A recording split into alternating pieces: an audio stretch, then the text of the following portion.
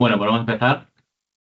Antes de nada, bienvenidos a este seminario online sobre la sepiapterina, que es una nueva opción terapéutica para pacientes con PKU. Y para hablarnos de este nuevo fármaco, tenemos con nosotros hoy a la doctora Maya Belanger Quintana, que ella es pediatra, licenciada en medicina, especializada en pediatría y es la coordinadora de la unidad de enfermedades metabólicas del Hospital Universitario Ramón y Cajal, que es un CESUR, un centro de referencias metabólicas. Bueno, Maya Belanger tiene, bueno, pues infinidad de publicaciones de todo tipo. Creo que también, bueno, me puedes corregir cuando quieras, Maya, pero vamos, creo que también estuvo implicada o hizo la tesis en la BH4 en su día. Participa en guías sobre la PKU desde hace muchísimo tiempo, con la Sociedad Europea de Fenilcetonuria también. Y bueno, pues es asesora en distintos organismos y bueno, pues una de las personas con más experiencia de España en enfermedades metabólicas. Y nada, no le quiero quitar más tiempo, únicamente darle paso y nada, esperamos que os sea de interés y por supuesto darle las gracias a Maya Belanger por brindarse a ofrecernos esta charla que ha generado bastante expectación. De hecho tenemos ahora mismo pues, más de 30 personas conectadas y seguramente se conecte alguna más durante la charla, así que nada, Maya, cuando quieras, todo tuyo. Bueno, pues muchas gracias, Aitor, y muchas gracias a la Federación por invitarme a dar esta charla, que de hecho es una cosa que quería yo haber hecho y entonces pues me lo habéis hecho muy fácil. Bueno, yo para los que no me conozcan, como ha dicho Aitor, soy la responsable de la unidad de enfermedades metabólicas del Ramón y Cajal y hace muchos años hice mi tesis sobre fenilcetonuria y el uso de la BH4 en fenilcetonuria. Y yo creo que el trabajo con el que haces tu tesis luego se queda ahí para siempre y entonces la PKU siempre ha sido pues la enfermedad casi en la que más he trabajado. He trabajado en grupos europeos, en las guías europeas, en las guías españolas y eso me ha dado la oportunidad y nos ha dado la oportunidad en trabajar en los distintos ensayos que ha habido y que está habiendo ahora actualmente sobre fenilcetonuria. Bueno, pues entonces voy directamente al grano. Asumo que todos los que estáis conectados aquí o sois pacientes con PKU o familiares de algún paciente con PKU y lo que os voy a contar al principio es algo que tenéis muy conocido o que os sabéis de sobra, pero que de alguna forma influye en lo que vendrá al final, que son el ensayo y el uso de distintos medicamentos. Entonces, vosotros sabéis que los aminoácidos, que son esos puntitos de colores, circulan en la sangre y uno de esos aminoácidos, que es el puntito azul, es la fenilalanina, que pasa al hígado y se tiene que convertir en tirosina por una enzima, una molécula que fabrica el cuerpo que se llama fenilalanina hidroxilasa.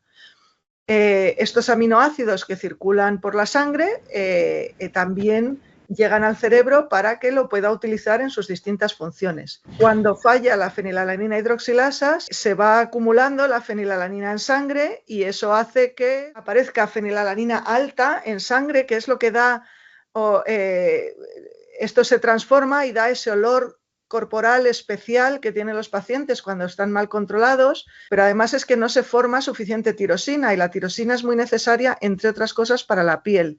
Entonces es cuando aparecen lesiones cutáneas, eczemas, el pelo y la piel son de una coloración más clara de lo normal, pero sobre todo el problema es que se acumula la fenilalanina en el cerebro y eso da que parte de los aminoácidos, de los otros aminoácidos que tienen que estar allí, no entren al cerebro. El exceso de fenilalanina y la falta de esos aminoácidos da muchas alteraciones a nivel cerebral. Afecta al número de neuronas, cómo están conectadas, los neurotransmisores, y no solo a las neuronas, sino también a las células que fabrican la cubierta de los axones, que es la mielina, que o no se forma bien en los niños chiquititos o se destruye en los niños mayores que tienen mal control, y eso va a hacer que el cerebro no se desarrolle bien y más adelante funcione peor. Como sabéis, la fenilcetonuria se debe a alteraciones genéticas en el gen de la fenilalanina hidroxilasa y hay muchísimas variantes diferentes. Hay más de 3.457. La última vez que me metí en la base de datos de las mutaciones, que fue hace un mes más o menos, pero cada vez que me meto hay mutaciones nuevas. Y la mayoría de los pacientes tienen una mezcla de una y otra. ¿Y esto qué implicación tiene? Pues que las mutaciones no son todas iguales, no funcionan todas igual. Esto es lo que llamamos campos de actividad. Y lo que se ve es que las distintas mutaciones, las que están en azul tienen muy poquita función y las que están en rojo o amarillo, pues es una función mayor. Como veis, las distintas mutaciones van a hacer que la función de esa enzima sea mejor o peor en determinados puntos. Esto es lo que llamamos la actividad residual, y cuanto peor es la actividad residual, más altos son los marcadores bioquímicos, en este caso la fenilalanina, más alto es el riesgo de sufrir síntomas, de sufrir clínica, y en fenilcetonuria tenemos desde formas benignas cuando la actividad residual es muy alta, a las formas suaves y las formas clásicas cuando la actividad residual es muy bajita. Y esto va a hacer que el tratamiento tenga que ser más o menos intenso para suplir este déficit de función. El tratamiento habitual es la dieta. ¿Y qué es lo que va a hacer la dieta? Pues si yo restringo la cantidad de proteínas que como en la dieta, eso va a hacer que haya menos péptidos, al final hay menos aminoácidos que se absorben menos, va a bajar la fenilalanina en sangre, va a bajar la fenilalanina en el cerebro. Pero el problema es que cuando yo restringo proteínas, no solo estoy restringiendo fenilalanina, sino que se restringen los otros aminoácidos y por lo tanto no los voy a tener en intestino, no los voy a tener en sangre, no los voy a tener en el cerebro también. Y por eso necesitamos las fórmulas que lo que van a hacer es aportar esos aminoácidos que he eliminado, siguiente y siguiente, van a aportar esos aminoácidos que necesitan los órganos y necesita el cerebro. Por eso, para el control y sobre todo el buen funcionamiento cerebral en PKU, tan importante es la ingesta de proteínas como el tomar los productos especiales, porque si no, al menos una de las cosas en el cerebro no lo voy a tener y eso se va a notar. La dieta de la fenilcetonuria, esta es una foto clásica, tiene unos resultados maravillosos, es decir, de niños que tenían un altísimo riesgo de tener un retraso psicomotor importante, el empezar el tratamiento, el empezarlo a tiempo y el mantenerlo a lo largo del tiempo, pues hace que el desarrollo psicomotor sea el de un niño que no tiene problemas, que puede ir al colegio, etc. Pero la dieta, cualquier dieta, tiene muchísimos inconvenientes y la dieta de la fenilcetonuria, que sobre todo en los casos severos puede ser muy, muy restrictiva, eso dificulta mucho el día a día. Esto es de una encuesta que se hizo en pacientes PKU a nivel europeo y de lo que se quejan casi todos, que más de la mitad, es de la dificultad para socializar y salir y de los cumpleaños y las fiestas, etcétera. Y luego un tercio de los pacientes pues se quejan del mal sabor de los productos, de lo difícil que es el compatibilizar el trabajo. Hay a muchos pacientes que les puede dar vergüenza decir que son PKU o tener que comer sus productos delante de otras personas, las dificultades de viajar o, bueno, pues todo lo que lleva el llevar a cabo esta dieta.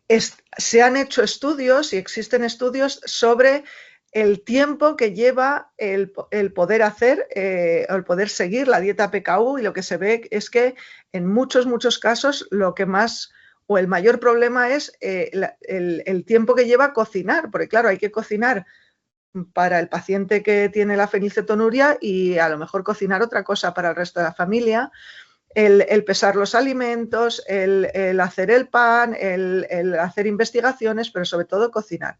Y luego también somos conscientes de el precio mayor que puede tener bueno, pues los productos especiales, sobre todo, por ejemplo, en España, que hay comunidades en las que no están cubiertos estos productos y eso los tienen que pagar las familias, eso no entra dentro del presupuesto de la Seguridad Social. Todo esto lleva a que el cumplimiento del tratamiento, según aumenta la edad, va empeorando. Cada vez en los niños chiquititos los padres están muy preocupados pues, por el posible alteración neurológica y se esfuerzan muchísimo por conseguir que el tratamiento sea o el cumplimiento sea lo mejor posible, pero según va pasando la edad, las dificultades bueno, se van aumentando, se van sumando y el cumplimiento terapéutico es malo. Incluso en las mujeres que se quieren quedar embarazadas, que sabéis que la fenilcetonuria en una mujer embarazada tiene riesgo de dañar al feto, y las mujeres embarazadas se esfuerzan un montón por hacer que esa dieta sea estupenda, aún así un cuarto de ellas no consigue tener un tratamiento lo suficientemente bueno o lo que se considera bueno para esta situación. Todo esto es una especie de círculo vicioso entre la dieta restrictiva, el mal sabor hace que haya mal seguimiento, eso hace que los niños y los padres, sobre todo en la adolescencia, se estén peleando todo el tiempo, los resultados neurológicos no sean todo lo buenos que son, eso hace que aparezca depresión, baja autoestima, ansiedad. Al final la calidad de vida del paciente y probablemente no, seguro, de toda su familia se ve alterado y todo eso lleva a que el control sea peor, etcétera, etcétera. Parte de esto se debe a la propia PKU, pero parte se debe también en gran parte a la dieta. Y este mal cumplimiento terapéutico lleva a que dentro de que son normales, los resultados neurológicos pueden ser inferiores a los de la población general. En los niños chiquititos predominan los síntomas o el riesgo de síntomas neurológicos. Es raro ver un niño con alteraciones en el neurodesarrollo, salvo que el control sea muy malo o no se haya hecho el diagnóstico, pero en cambio es relativamente frecuente que tengan problemas de atención o de comprensión en el colegio. Según se van haciendo mayores, aparecen problemas de planificación, de completar tareas, de la toma de decisiones y con el paso del tiempo lo que va predominando son los trastornos psicológicos, la baja autoestima, la depresión, la ansiedad, las fobias, etcétera, etcétera, que son relativamente frecuentes en la población con fenilcetonuria. Y aparte de los problemas neuropsicológicos, bueno, pues hay otra serie de cuestiones que preocupan tanto a los médicos como a las familias de los pacientes con PKU. Pues si el niño va a crecer bien o mal, qué pasa con el hueso, la osteoporosis, el tener molestias gástricas o dolor abdominal es frecuente. En ya mayorcitos aparece el problema del sobrepeso y el posible riesgo cardiovascular que eso conlleva. La caída de pelo es un problema que encontramos con frecuencia, problemas de la piel. Existen dudas sobre qué pasa con la función renal a largo plazo. Y todos estos problemas a veces sabemos que son secundarios a la PKU, sobre todo cuando hay mal control. A veces parece que el problema es más la dieta. Generalmente el problema es una cuestión entre ambos, es decir, que la dieta unida a ciertos problemas de la PKU, y hay ocasiones, como por ejemplo la función renal, que no termina de estar claro. Y por eso, por todas estas cuestiones, todos, entre vosotros y nosotros, estamos buscando soluciones alternativas y siempre estamos esperando soluciones alternativas. Los que lleváis más tiempo en el mundo PKU sabéis que las fórmulas sin fenilalanina han cambiado a lo largo del tiempo y se intenta que cada vez sean mejores, que los productos estén más preparados o sean más adecuados para las distintas edades, que haya diferentes sabores y diferentes presentaciones para que los pacientes puedan elegir y que no todos les gusta lo mismo, pues que cada uno pueda elegir lo que quiera, que tengan más o menos calorías según lo que nos interese para cada paciente. Han aparecido los productos con GMP, que en vez de ser aminoácidos sueltos tienen péptidos y eso tiene un mejor comportamiento de la absorción y la fisiología intestinal del producto. Los hay con una cobertura que hacen que se liberen de forma lenta. Es decir, cada vez tenemos más opciones a nivel dietético, pero eso no quita que el seguir una dieta restringida, porque esto solo es la pata de los productos especiales, el seguir una dieta restringida tiene sus inconvenientes que nadie está minimizando. Y por eso aparece la terapia de chaperonas. ¿Qué son las chaperonas? Las chaperonas son moléculas que hacen que una proteína, el organismo fabrica las enzimas, que son proteínas también. Entonces, esas proteínas para funcionar tienen que doblarse, plegarse de una forma concreta para que funcionen. Y lo que hacen las chaperonas es, cuando se está formando esa proteína, son esas manos que doblan el papel que es la proteína. Yo tengo, el organismo fabrica el papel y las chaperonas ayudan a que ese papel se doble. Lo siento porque no puedo señalar con el ratón, pero bueno, se doble para que dé esa pajarita que es la pajarita funcionante. Entonces, el organismo normalmente fabrica suficiente cantidad de chaperona para llevar a cabo esa función. ¿Qué es lo que pasa? Que cuando tenemos una proteína que está alterada, aunque yo tenga suficiente chaperona en el cuerpo, esas manitas no son suficientes para doblar bien el papel y al final me sale un gurruño que no tiene función, que no es útil para realizar la función que tiene. Entonces aparece la terapia de chaperonas, que básicamente consiste en dar mucha chaperona para que si ese papel está duro o cuesta más doblarlo, etcétera, aún así al darle más manos, al ayudar entre todos, va a hacer que el papel se siga doblando. ¿Qué va a pasar? Que a veces esas chaperonas van a conseguir que se doble como la proteína normal y eso que tenga una función completa. A veces el papel sigue teniendo sus alteraciones y aunque se consiga una pajarita, no es lo mismo que la de la función completa y se consigue una función parcial y a veces el papel está tan roto, tan estropeado, le faltan trozos que por muchas manos que yo dé, no voy a conseguir doblarlo y tener una pajarita que tenga ninguna función y por lo tanto no voy a tener una respuesta. Estos son las chaperonas. La PAH, la fenilalanina hidroxilasa, tiene varias chaperonas diferentes, se conocen al menos 3, pero la más importante y la más conocida y con la que se lleva trabajando más tiempo es la tetrahidrobiopterina, que llamamos BH4 porque es mucho más fácil. Entonces, esta BH4 el organismo la fabrica y lo que hace es, pues eso, activar o cambiar la forma de la PAH para que se active. Y esto lo hace de forma natural el cuerpo. La BH4 se pega a la PAH, hace que se cambie y se active. Pero, ¿qué es lo que pasa? Un poco las distintas mutaciones nos van a ser ese papel que teníamos de la pajarita. Aquí veis en la parte de la izquierda que pone BH4. Bueno, pues esto es en el laboratorio medir cómo las distintas mutaciones responden a la BH4. Entonces veis que hay mutaciones que siguen en azul y que a la BH4 no responden nada. Hay mutaciones que simplemente tienen un poquito de función, las de abajo, hay esas dos que pueden responder a la BH4 en determinadas condiciones y otras que, sabemos que al menos en el laboratorio tienen muy buena respuesta a BH4.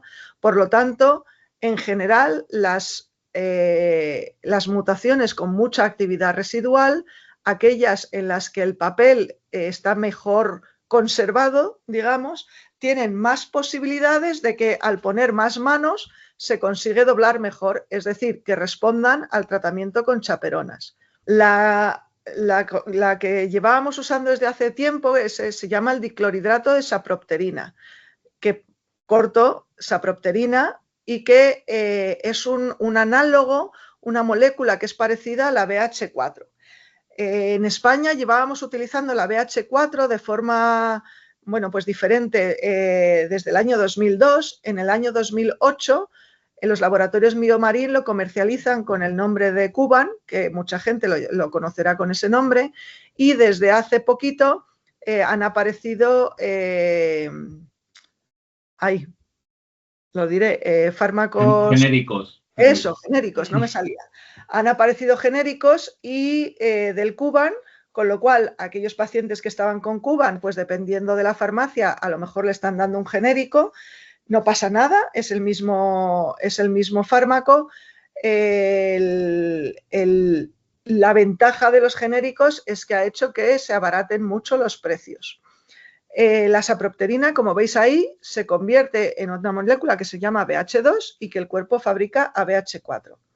Ventajas que tiene la sapropterina es que es oral, que la conocemos desde hace mucho tiempo, que tiene escasos o nulos efectos secundarios, que sabemos que lo podemos dar a cualquier edad, incluso a embarazadas, y que es muy barata.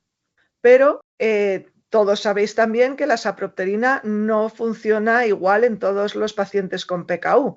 Depende de la pH, depende de las mutaciones que se tengan, puede que se respondan o puede que no. Realmente es más efectiva cuanto más suave es la PKU, es decir, funciona mejor en las formas suaves, mientras que los pacientes con formas clásicas no responden. Y incluso en los pacientes con formas suaves que han respondido, no siempre consigue la pajarita bonita, sino que a veces es la pajarita más simplona y no se consigue normalizar completamente la dieta. Mejora, se consigue tolerar más proteínas, pero sigue sin ser una dieta normal. Y esto lo vamos a ver con casi todas las chaperonas. Hace falta una prueba para comprobar que en ese paciente el fármaco funciona. Y aquí es donde aparece la sepiapterina, que es otro análogo de la BH4, que como veis se parece a la sapropterina en que se convierte en BH2 y esto pasa a BH4, ¿vale?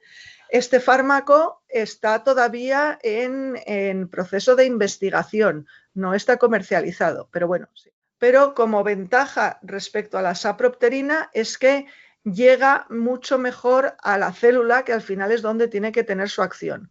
La sapropterina se convierte en BH2 a nivel de la sangre, a nivel circulatorio, y ese BH2 se pierde mucho a través del riñón, es decir, de lo que se toma esa sapropterina, gran cantidad se va a perder sin que llegue a tener acción, y además le cuesta mucho atravesar la barrera para llegar a las células, con lo cual desde que llega a las células hasta que se convierte en BH4, bueno, pues le cuesta. Una vez está ahí, fabrica BH4 y bueno, tiene su acción como chaperona, haciendo que la pH se active.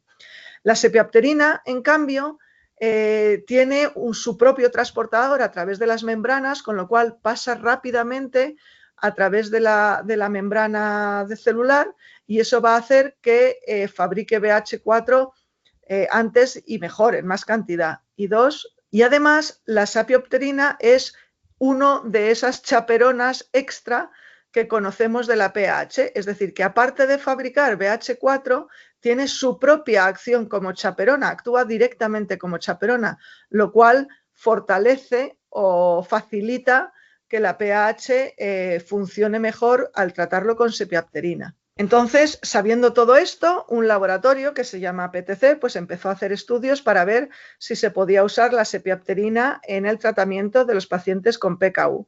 Entonces, ya hace varios años, empezaron en el 2000, yo creo que iban a empezar en el 2020, pero con la pandemia de COVID hubo ahí un poco de retraso, al final fue en 2021 y reclutaron a 24 pacientes de Australia y Georgia, Georgia no Estados Unidos, Georgia país, Europa, ¿vale?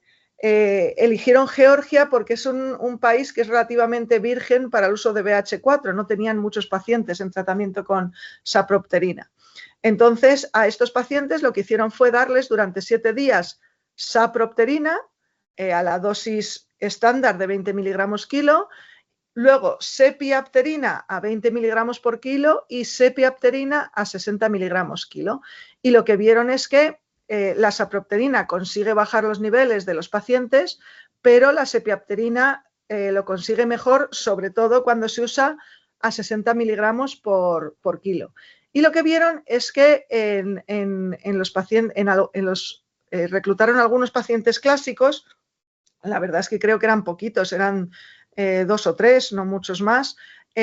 También había función cuando en general con la sapropterina, como veis, la primera columna prácticamente las formas clásicas no responden a este tratamiento.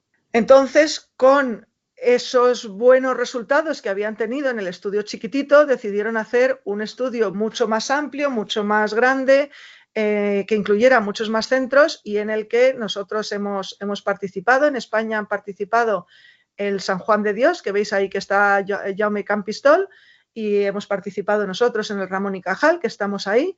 Y se ha hecho un estudio que se ha publicado en la primera parte de los resultados en el Lancet, que es una revista de muy alto impacto dentro de la medicina, en otoño del año pasado. Entonces, este estudio lo que mide es la eficacia y seguridad de la sapiopterina en pacientes con PKU.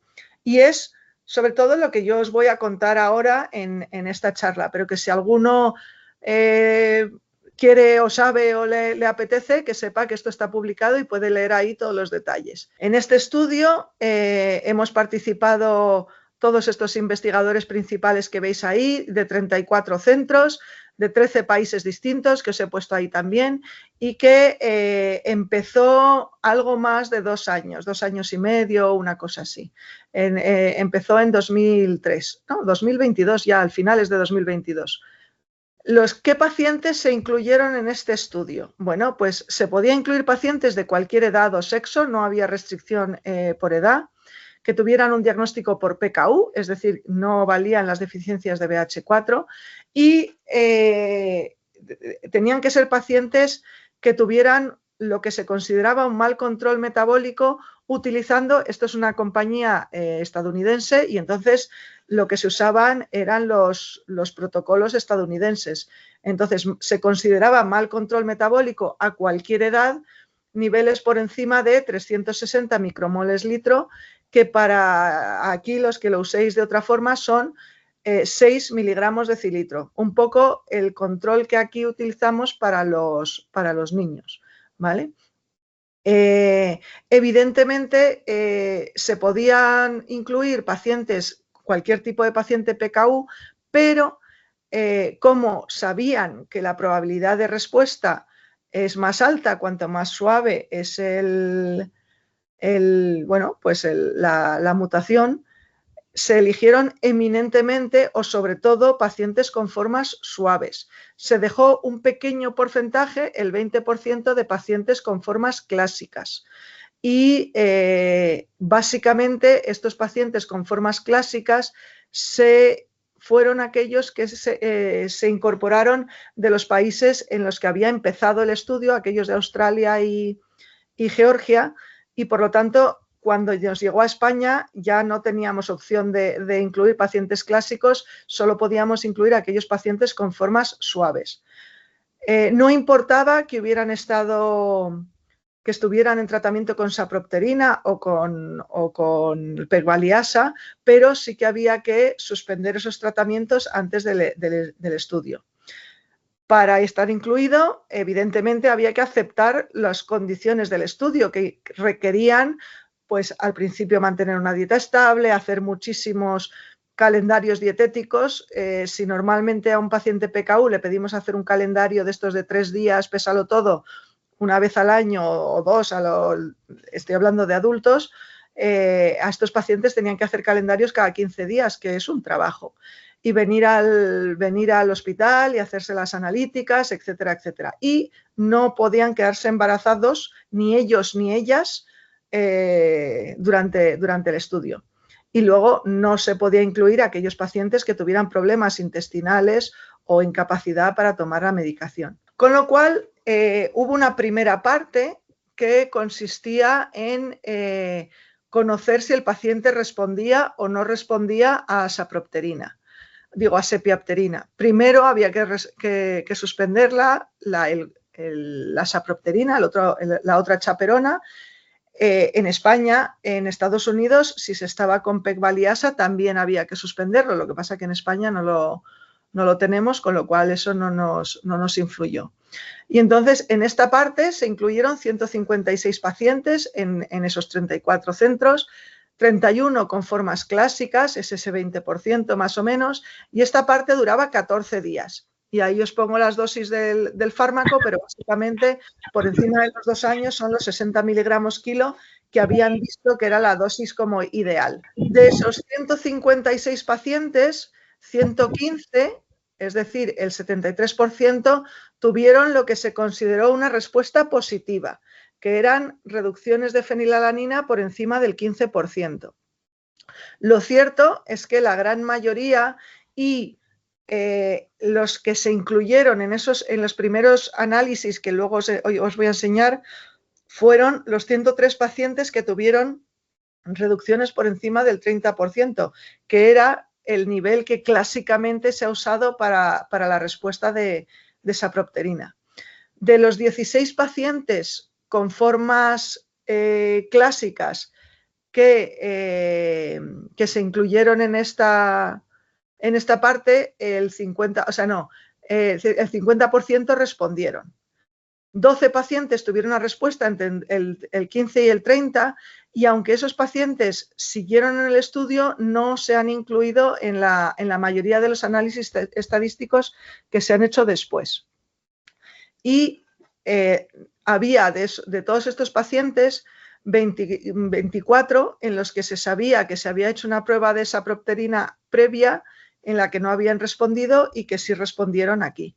Esto es los resultados de esta primera parte, que simplemente valoraba la respuesta a sepiapterina y en los que no había cambios de dieta.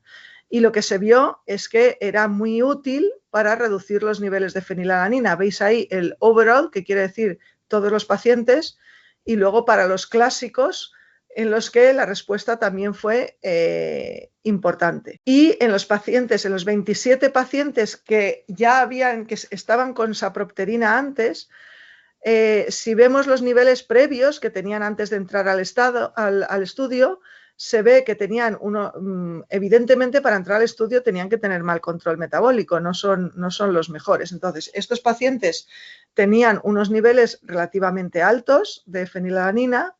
Cuando se dejaron la sapropterina, evidentemente estos niveles subieron, y cuando se les dio sepiapterina volvieron a bajar, pero bajaron mucho más de lo que tenían antes, es decir, que parecía más efectivo incluso en estos pacientes.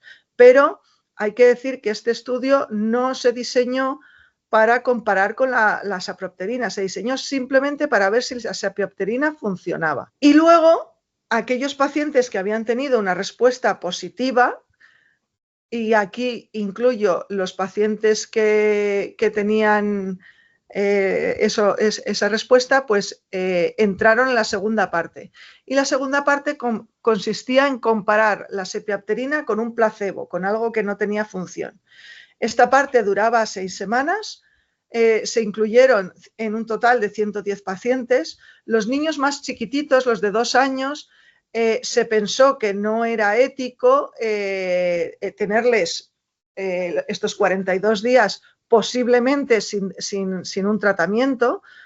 La dieta se mantenía, o sea, el tratamiento dietético se mantenía, pero el obligarles a hacer todos los análisis, etcétera, sin el tratamiento no se consideró ético en los pequeñitos, y estos pasaron directamente a la fase final que os explicaré luego. Pero la mayoría eran pacientes mayores y sí se entraron. Y aquí se dividió en 2 grupos. Esos 2 grupos, uno recibía el medicamento a dosis creciente y el grupo 2 recibía el placebo. Y ni el paciente ni el médico que trataba a ese paciente sabíamos en qué grupo estaba si estaba recibiendo placebo o si estaba recibiendo el fármaco. Y por lo tanto, en esta temporada nadie tenía los resultados de fenilalanina para que no pudiéramos saber en qué grupo era. Entonces, como veis aquí, dura 42 días, unos reciben placebo, todo el rato igual, y los que recibían sepiapterina, durante la primera semana la recibían a 20 miligramos por kilo, la siguiente 40 y la siguiente 60. Durante 2 semanas, perdón.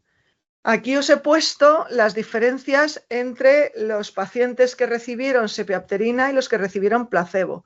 Como veis, se dividió bastante equitativamente, tanto por edad como por sexo, como por la media de los niveles de fenilalanina eran similares entre un grupo y otro. Y eso hace que los resultados, al comparar el grupo que recibía el fármaco con el grupo que no lo recibió, que pudieran ser comparables. Y entonces aquí vemos la reducción de los niveles de fenilalanina. Veis que tanto en porcentaje como en niveles totales, la sepiapterina, comparado con no tomar nada, era claramente diferente, era claramente efectiva. Incluso en los pocos pacientes con formas clásicas que se incluyeron, se ve lo mismo. Cuando toman placebo, los niveles de fenilalanina prácticamente no cambian, pero los que tomaron sepiapterina sí que se ve una reducción. Como veis aquí, clásicos que tomaron sepiapterina fueron 6 pacientes, ¿vale?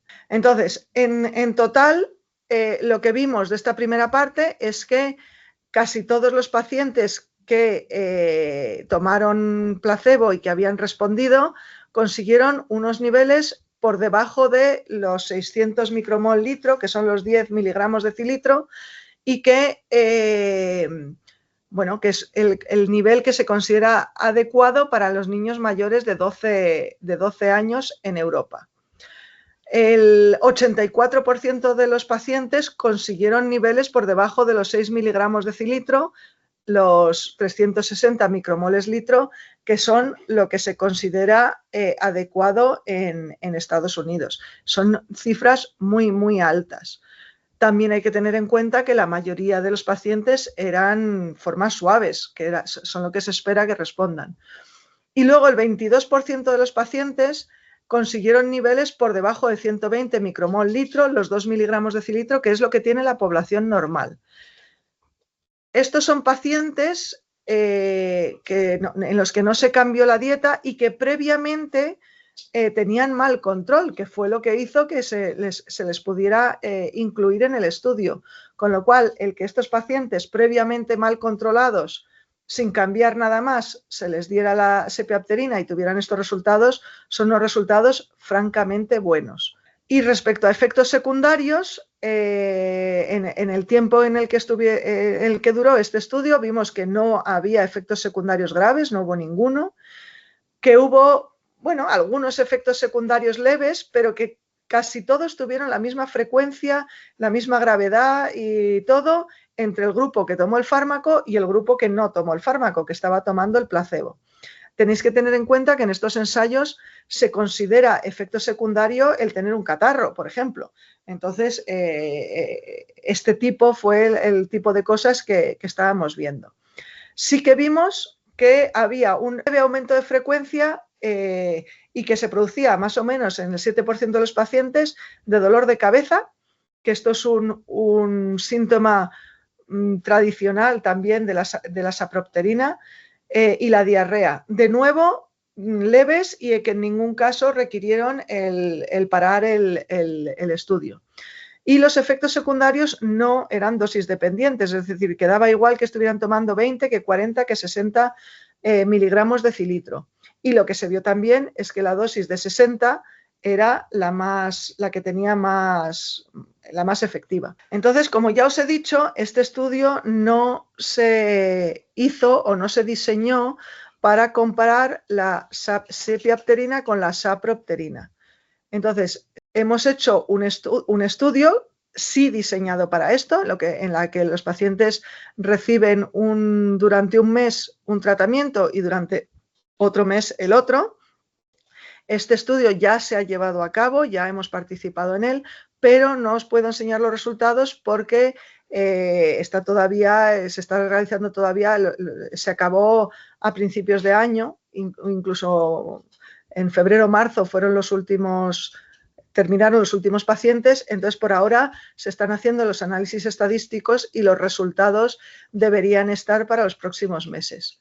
Entonces, aquellos pacientes que habían respondido en cualquiera de los dos estudios, el de estudio de placebo o el estudio de sapropterina, tenían la opción de entrar en lo que se llama el estudio de extensión, en el que se valora de nuevo la eficacia y la seguridad del tratamiento, pero a largo plazo, no solo en un corto tiempo.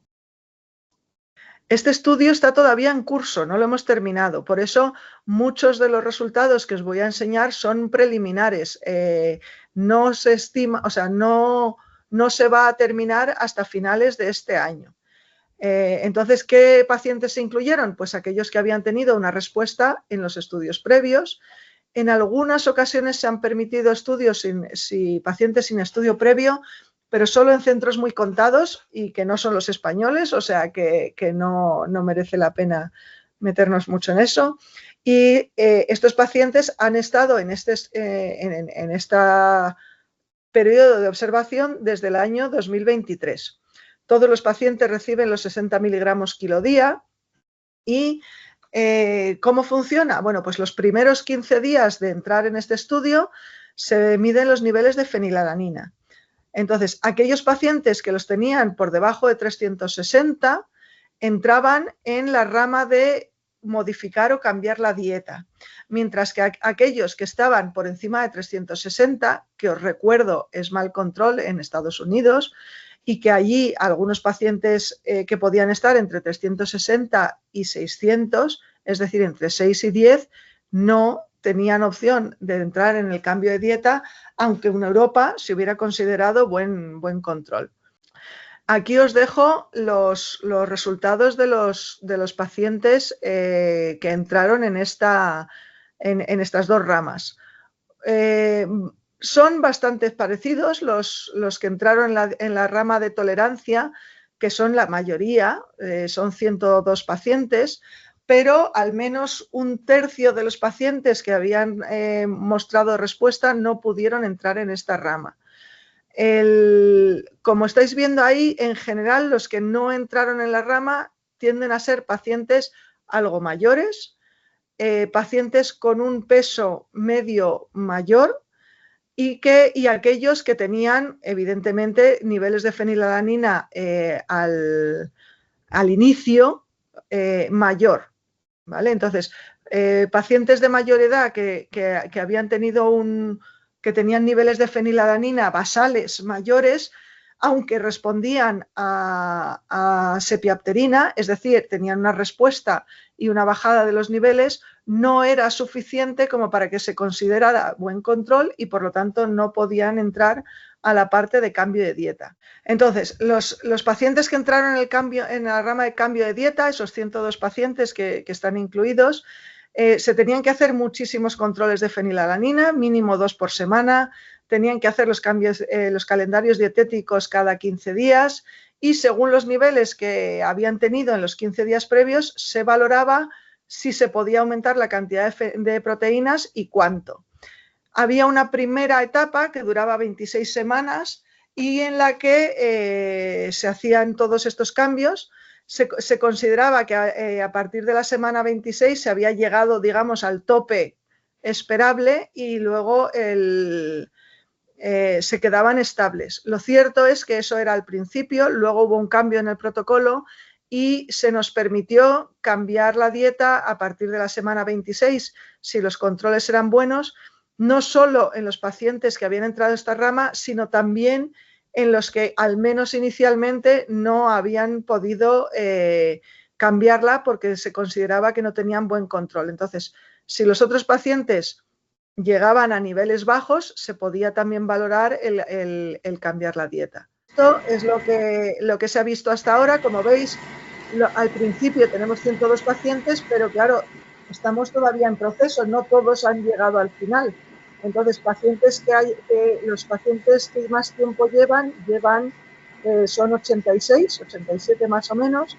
Como veis, en todos estos pacientes se ha conseguido aumentar bastante la cantidad de proteínas diarias que toman. Entonces, en el 87% han aumentado la cantidad de proteínas, el 66% consiguieron llegar a las recomendaciones de proteínas para su edad. es decir, el 66% se les ha podido llegar a la cantidad esperable y se han podido quitar los productos especiales. El resto de los pacientes no se ha podido llegar del todo a una dieta libre. El 73% habían doblado la ingesta de fenilalanina, el 34% la habían triplicado y lo que vemos es que de los pacientes que previamente ya estaban con sapropterina, el tratarlos con sepiapterina, el 52%, la mitad de estos pacientes llegaban a doblar lo que tomaban con la sapropterina, es decir, que podían aumentar todavía mucho más los niveles de fenilalanina. Si queréis, de los pacientes que hemos, no, quédate en la anterior, de los pacientes que hemos llevado nosotros, que son todo adultos, y eran pacientes que previamente tenían sapropterina, pero sin poder, sin poder haber alcanzado una dieta normal. De estos pacientes, un tercio ha llegado a la dieta normal, un tercio no pudimos meterlos en la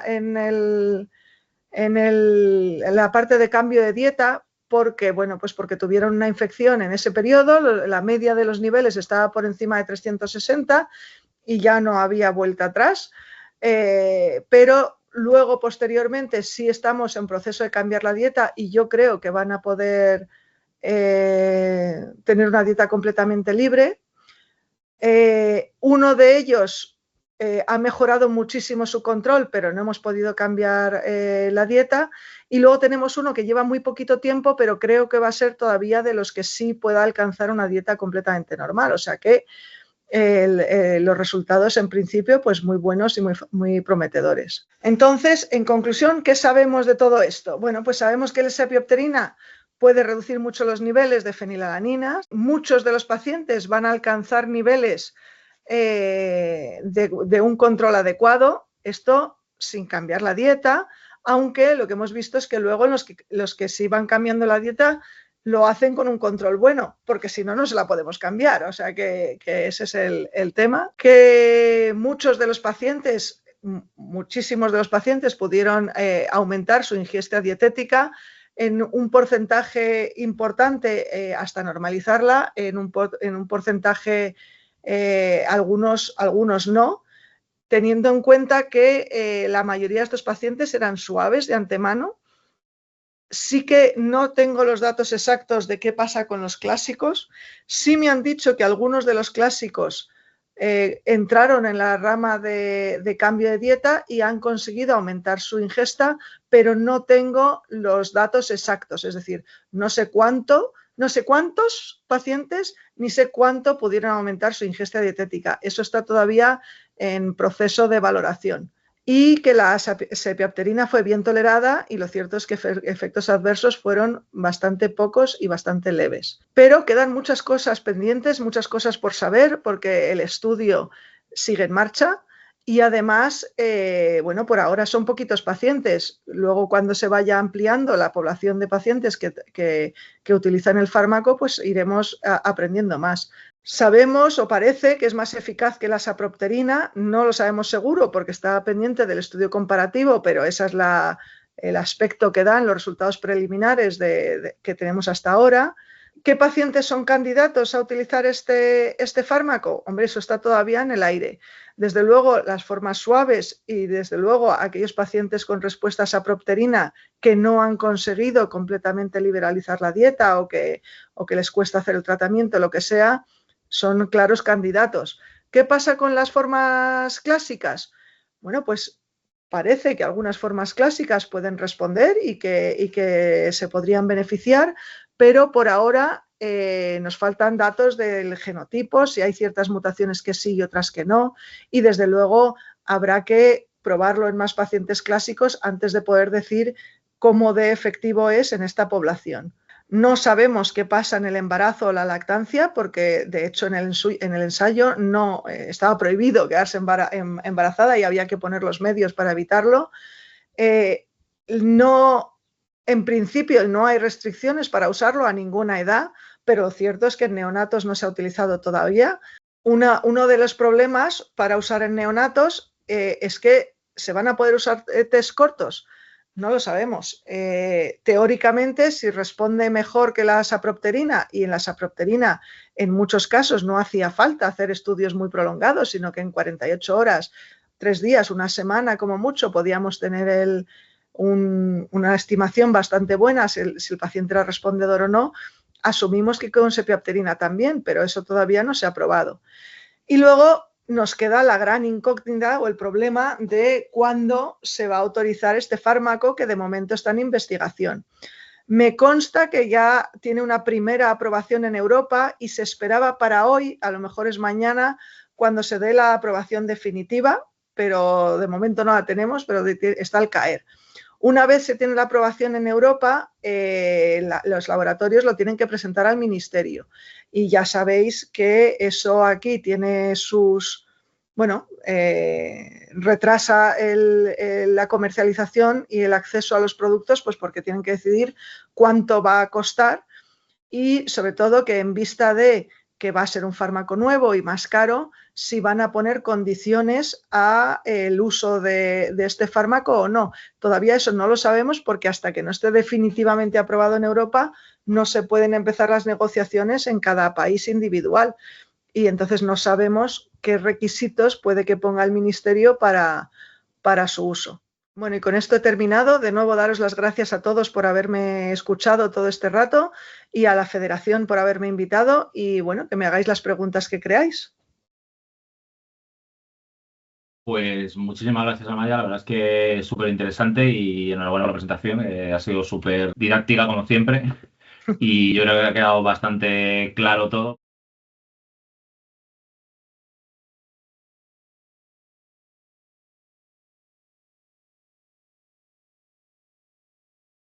En general, en las enfermedades genéticas, sí nos gusta tener la confirmación genética del estudio, con lo cual lo ideal es que se hagan los estudios genéticos, aunque tengamos la absoluta certeza de que va a ser una PKU porque tiene la fenilalanina alta, porque responde a la dieta o lo que sea, ¿no?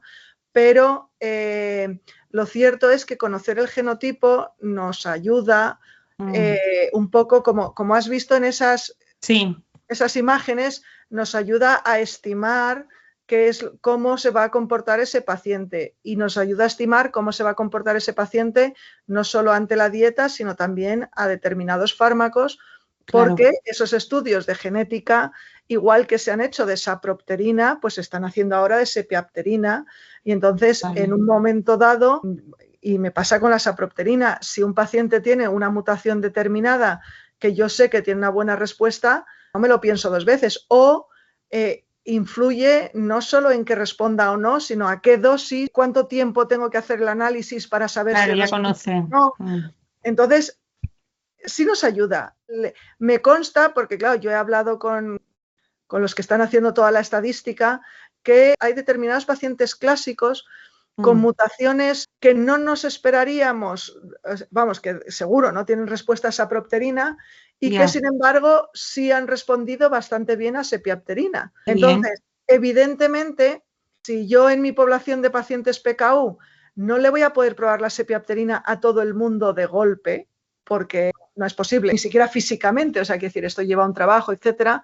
Cuando me pongo a elegir qué paciente les voy a hacer la prueba primero, evidentemente voy eligiendo a aquellos pacientes que creo que tienen más posibilidad de responder.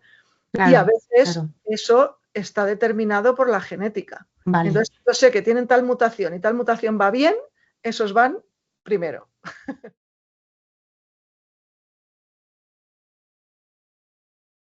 Uno, para la sepiapterina, lo probable es que la esperanza del laboratorio es que se comercialice para el 2026. Conociendo al ministerio, esto depende del ministerio, si es en 2026 será para finales de 2026, es porque llevan sus negociaciones de precios y demás, ¿no? Pero esto es especulación absoluta, a lo mejor nos sorprenden y lo hacen antes. Enseguida, no lo sé, ¿no? De todas formas, como ya sea este estudio u otros, porque yo trabajo en otros estudios también, el problema muchas veces para entrar en los ensayos es que como todo esto se hace deprisa, corre, al final tiras mucho de los pacientes que tú tienes. No me da tiempo ni siquiera a abrirlo para ofertarlo a otros centros. Claro. Pero bueno, hay ocasiones o puede ocurrir, por ejemplo, nosotros también estamos ahora trabajando más en terapia génica. Entonces, ahí depende de las mutaciones. Entonces, a lo mejor yo no tengo un paciente que tenga la mutación esa. Que se está buscando. Claro, entonces a lo mejor se abre y dice, oye, ¿quién tiene esta mutación que le podemos ofrecer esto? ¿No? Por ejemplo. Sí que hay que saber que los ensayos, bueno, pues como este, requieren frecuentes visitas, frecuentes análisis, frecuentes cosas, pero claro, es la forma de acceder, o sea, estos pacientes llevan con el tratamiento casi 3 años antes que los demás. Siempre que puedo lo abro, pero a veces es que no me da ni tiempo. El tema es que cierran o sea, ellos van a coger tantos pacientes. Y si tú no los metes, los van a meter los de Australia, los de otro Turquía, país, los de no sé qué, y entonces tú ya no puedes meter tus pacientes.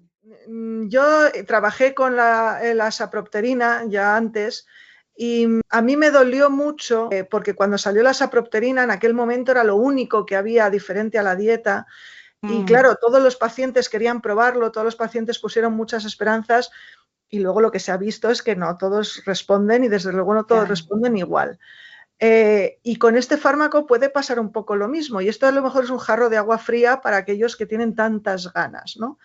Pero que cuidado, que estoy absolutamente convencida. Por eso he explicado lo de las chaperonas. Es decir, no todos, por muchas ganas que le pongamos, van a responder ni van a responder igual.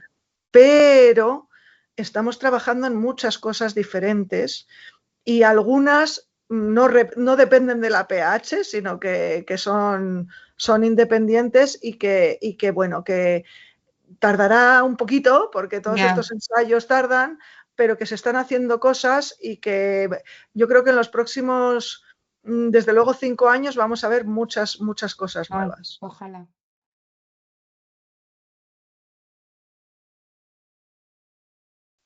Bueno, a día de hoy no está comercializado, con lo cual no se puede obtener de forma fácil. Sí que es cierto que en el momento en que esté aprobado en Europa, que ya digo que deben quedar 24 o 48 horas, ¿no? En el momento en que esté aprobado en Europa, se puede solicitar el uso compasivo del fármaco. La utilización como uso compasivo tiene sus limitaciones, pues el médico de donde quiera que te lleven tiene que justificar muchísimo porque es necesario utilizar eso. Entonces, probablemente sea difícil justificarlo, salvo en casos pues, de muy mal control o de complicaciones o de ese tipo de cosas. Y además va a depender mucho de cada centro. Es decir, de la farmacia, de la comunidad en la que estemos, etcétera, etcétera, que pongan la facilidad o no la pongan por mucho que tú o incluso tu médico quiera. Ahora, se puede intentar. Bueno, Alberto Carro nos dice muchas gracias a Maya, es una grandísima noticia. Y sí, yo creo que coincidimos todos, que esperemos que todo lo que queda por aprobarse se apruebe rápido a nivel europeo y bueno, lo que tenemos a nivel europeo le queda, ya te digo, nada. La diferencia es que, por ejemplo, en Alemania, una vez un producto está aprobado por la Comisión Europea, automáticamente se puede utilizar y comercializar. Pero porque su sistema sanitario es diferente. En España no lo podemos utilizar ni prescribir hasta que el Ministerio ha dado el visto bueno y ha determinado cuál va a ser el coste y las condiciones de uso. Y ese periodo a veces retrasa mucho, generalmente como poco suele ser un año, por eso digo que 2026, pero finales. Todos sabemos, o bueno, no sé si todos, pero lo que pasó con la pegvaliasa. La pegvaliasa está aprobada en Europa desde 2018 y en España todavía no la tenemos, pues porque hay problemas de negociación de precio y demás. Yo creo y espero que con este fármaco no ocurra lo mismo, pero de nuevo no está en nuestra mano.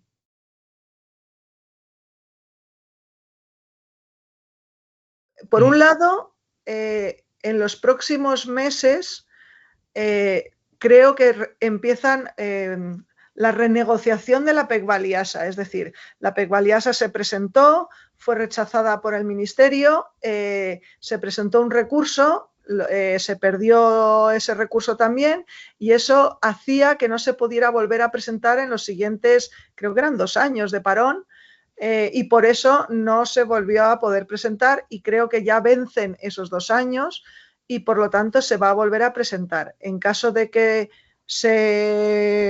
pues que se comercialice, ese estaría automáticamente accesible a los distintos centros, etcétera, ¿no? Desde esos hospitales.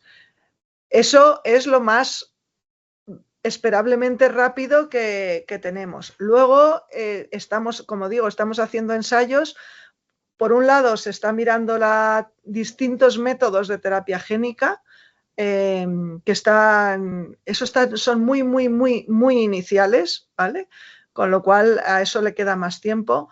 Y luego se están probando otra serie de terapias, como puede ser que el riñón, parte de sus funciones es evitar que perdamos ciertos nutrientes y ciertas cosas que nos pueden venir bien. Entre otras cosas, las proteínas y entre otras cosas, la fenilalanina. Entonces, uno de los estudios que vamos a empezar ahora después del verano, que ya lo tenemos ahí preparado, es dar un fármaco que lo que hace es inhibir o bloquear esa recaptación a nivel del riñón de fenilalanina, de forma que se consiga, sí, que se expulse más, como hay mucha en sangre, pues se expulsa más por el riñón y que se expulse por el riñón. Ese es una de las cosas que se está estudiando. Luego hubo un tratamiento que era el dar unas bacterias que estaban como modificadas o alteradas para que consumieran fenilalanina a nivel intestinal. Eso se empezaron los estudios en Estados Unidos, lo que pasa que se vinieron un poco arriba, dijeron que iban a conseguir unos resultados mejores de los que consiguieron y como no alcanzaron el objetivo que se habían propuesto, la FDA anuló el estudio. Entonces, yo creo que se están reagrupando, digamos, replanteando los estudios y eso yo espero que se retome porque me parecía un objetivo, una forma de hacer las cosas muy buena. Pero eso de momento eso se paró a primeros de año y están de momento viendo cómo se recomponen, porque tenéis que tener en cuenta que cuando un ensayo no se lleva a cabo o se frena, supone un palo económico importantísimo para el laboratorio. Entonces, yo no sé si el laboratorio va a ser capaz de retomar las cosas y a lo mejor tienen que esperar o que lo compre otro laboratorio o lo que sea para poder retomar las cosas, con lo cual eso se ha quedado ahí un poquito en el aire.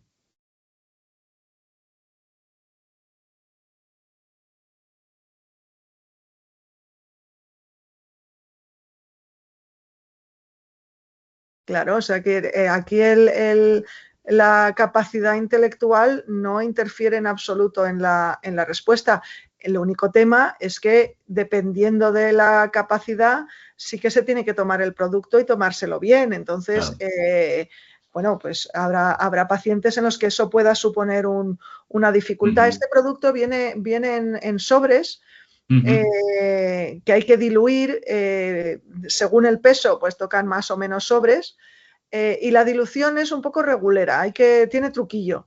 Al principio nos costó mucho, ya más o menos no sabemos el truquillo, pero al principio la dilución costaba y eso hacía que a algunos pacientes les costara tomar el producto. Luego con el paso del tiempo, como nos hemos encontrado las mañas, y eso hace que yo creo que no haya problemas ni para pacientes con discapacidad, ni para niños pequeños, ni para nada.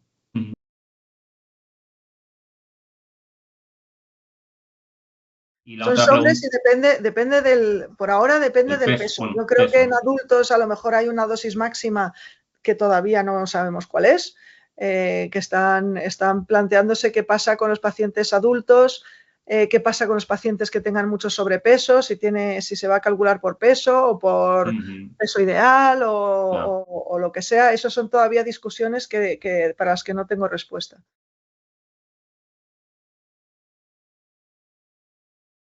Por ahora no está comercializado y no se ha establecido el precio en el mercado. Luego en España el precio es una cosa que negocian entre el laboratorio y el ministerio, con lo cual nos interesa ver qué precio ponen en Europa ahora cuando se autorice, porque en eso se van a basar, pero no necesariamente va a ser el mismo que se ponga en España.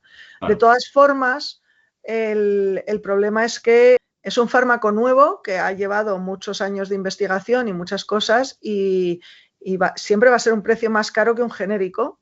Claro. Entonces, siempre va a ser más caro que la sapropterina. Con lo cual, yo sospecho que uno de los requisitos que pondrán es que se haya probado y comprobado que no hay respuesta a sapropterina, lo cual quiere decir que quizá uno de los primeros pasos en este tiempo hasta que se comercialice es que si no se ha probado la respuesta a sapropterina, que se vaya probando, porque yo creo que eso es una cosa que van a exigir. Por ejemplo, para lo que hablábamos del uso compasivo, la persona que preguntaba, su hijo ya estaba con sapropterina, pero los que no se sepa, si no se ha probado, va a ser una cosa que pidan segurísimo. Porque claro, no tiene nada que ver a nivel de precio.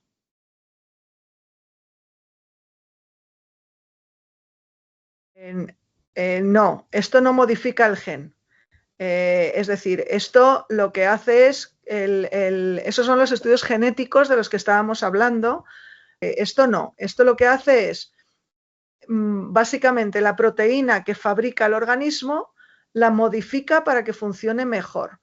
En el momento en que tú no te tomes el fármaco, tú vas fabricando proteínas que ya no se modifican y por lo tanto pierde completamente acción. Es decir, esto no tiene efecto permanente. Esto, el día que te has olvidado de tomarte los sobres, ya no funciona.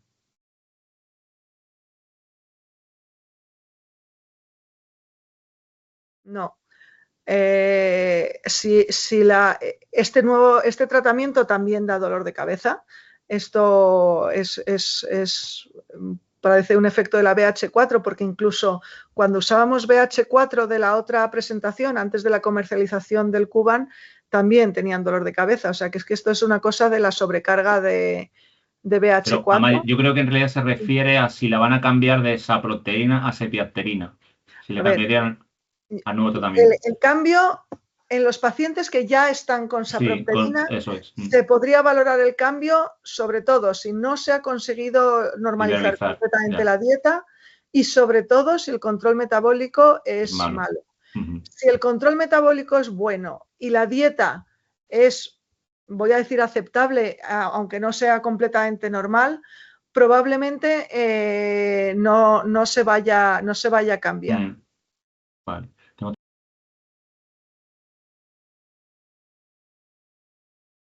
Una de las cosas que he dicho que queda por ver. En el estudio se utilizó un periodo de 15 días. Eso fue lo que se elegía. En esos 15 días se tomaba la sepiapterina a diario, se medían en varias ocasiones la sepiapterina y bueno, el cálculo en unos momentos era de una forma y en otros de otra, pero lo que se veía es que tenía que reducirse en unos, desde el principio al final, tendría que reducirse por lo menos más del 30%, ¿no? Bueno, del 15% para considerarse respondedor, pero realmente el 30%. Luego, para decidir si había que cambiar la dieta o no, lo que se utilizó fue el nivel de buen o mal control, es decir, que la media de los niveles estuviera dentro de lo que se consideraba bien controlado o mal controlado. Esto es lo que se hizo en el estudio. Personalmente, yo creo que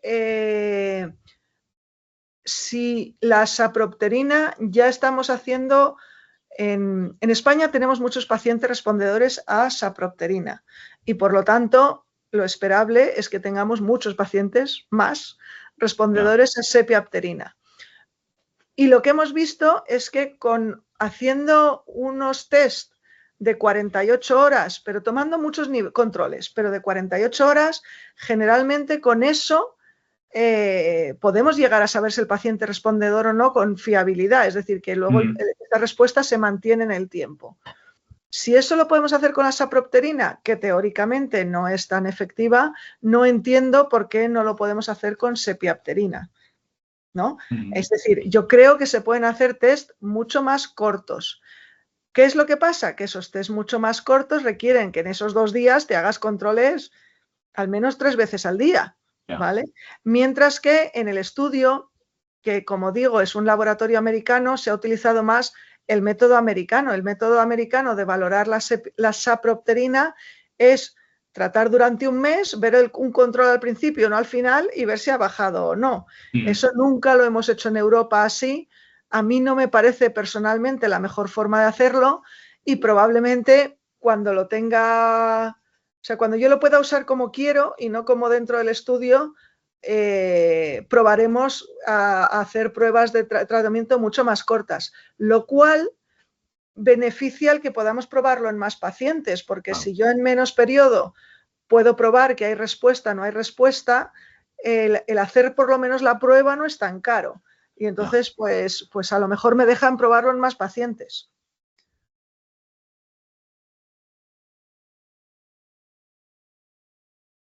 Este fármaco, de momento, está en ensayo clínico.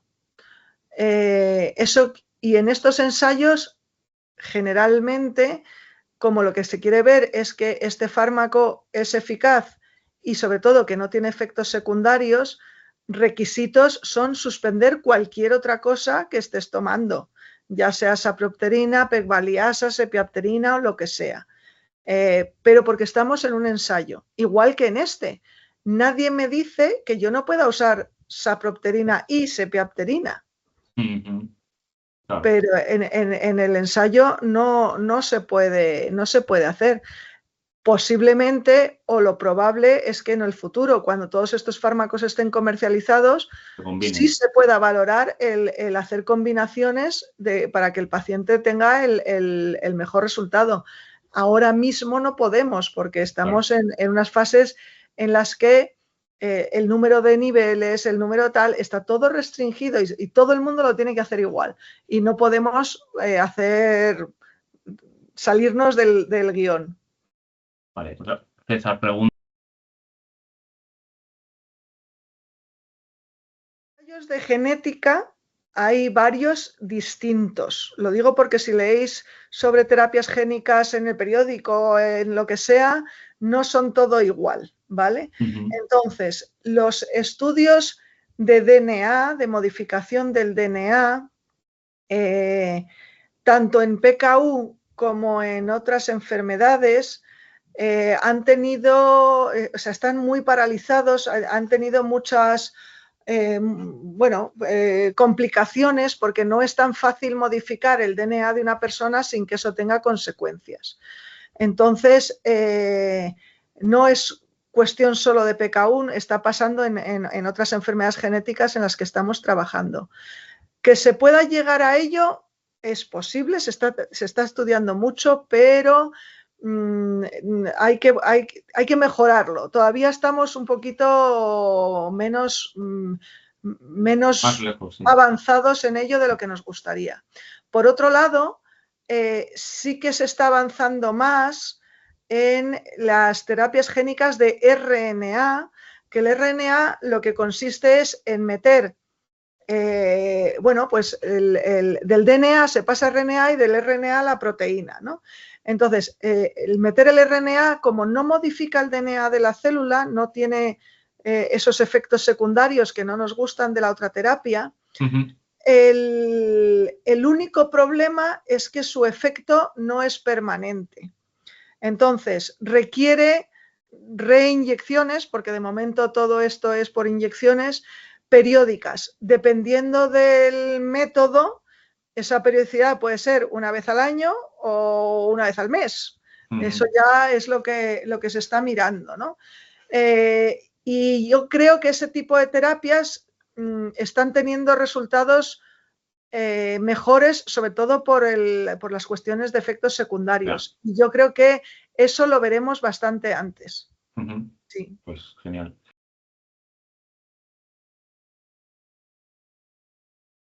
Estar en las asociaciones de pacientes. Exacto. Para tener peso específico y poder presentar cosas al ministerio. Pero di tú.